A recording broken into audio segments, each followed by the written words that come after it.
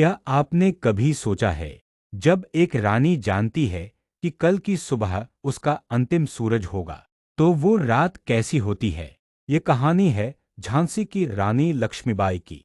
लेकिन यह कहानी उनके युद्ध की नहीं। यह कहानी है उस आखिरी रात की, जब उन्होंने मृत्यु को आंखों में देखा और फिर भी मुस्कुराकर तलवार उठाई। 1857 की क्रांति ने पूरे भारत को हिला दिया था।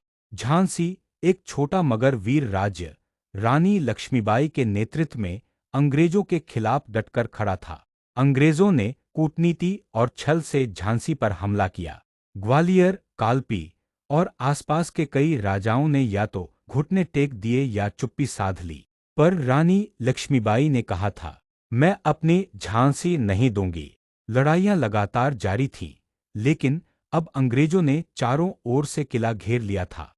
हर कोई जानता था, कल भोर होते ही निर्णायक हमला होगा।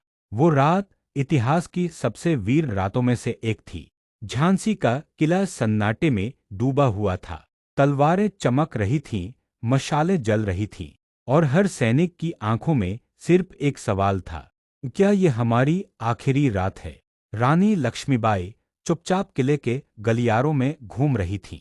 हर सैनिक को वो देखती, मुस्कुराकर कहती, तुम्हारी वीरता पर मुझे गर्व है। कोई भी उन्हें देखकर नहीं कह सकता था कि वो डर रही हैं, पर वो इंसान थी, माँ थी, और उन्हें सब पता था। वो अपने बेटे दामोदर राव के पास गईं, उसे गोदी में लिया, उसका माथा चूमा, और बहुत देर तक बस उसे निहारती रहीं।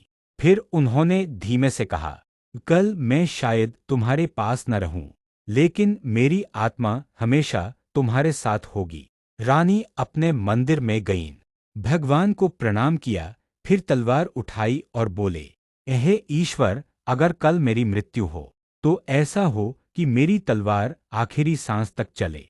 फिर उन्होंने अपनी सबसे प्रिय दासी से कहा, अगर मैं गिर जाऊं, तो मेरा शव दुश्मनों के हाथ न लगे, मेरे शरीर को आग लगा देना, ताकि मैं मरूं तो भी स्वतंत्र रहूं। दासी की आंखों में आंसू आ गए, पर रानी की आंखों में सिर्फ चमक थी। चमक एक ऐसे इंसान की जो जानता है कि वो क्या करने जा रहा है और क्यों। भोर होने से ठीक पहले रानी लक्ष्मीबाई ने सफेद धोती पहनी, घोड़े पर सवार हुईं, दामोदर राव को अपनी पीठ पर बांधा और तलवार म्यान से बाहर निकाली। झांसी का दरवाजा खुला, और उस क्षण जैसे इतिहास ने खुद अपना सिर झुका दिया। रानी बिजली की रफ्तार से दुश्मनों पर टूट पड़ी।